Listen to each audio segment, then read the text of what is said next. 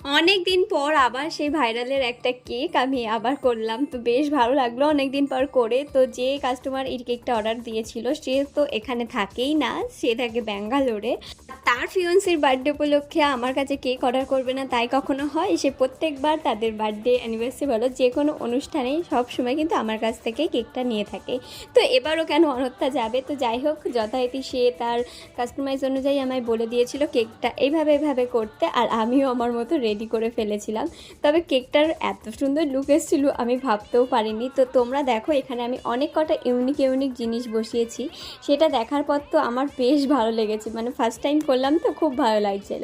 তো যে কাস্টমার এই কেকটা অর্ডার করেছিল সে এত আমাকে কোয়ারিজ জানায়, মানে প্রত্যেকবারই সে যখনই আমার কাছে কেক অর্ডার করে তো প্রত্যেকবার আমায় ফোন করে করে বলে এটা করো ওটা করো, এটা করো না এটা দিও না, তো এরকম চলতেই থাকে। তো যাই হোক, ম্যানেজ করে তো সব কিছু কমপ্লিট করে দিই।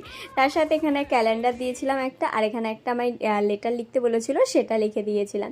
তো দেখো কত কিউট লাগছে কেকটা হওয়ার পর, আমার বেশ ভালো লাগছিলো, মানে দিতে ইচ্ছা করছিল না আর কি, কিন্তু কি করব, অন্যজনের নামের কেক নিজের কাছে রেখে কি করব।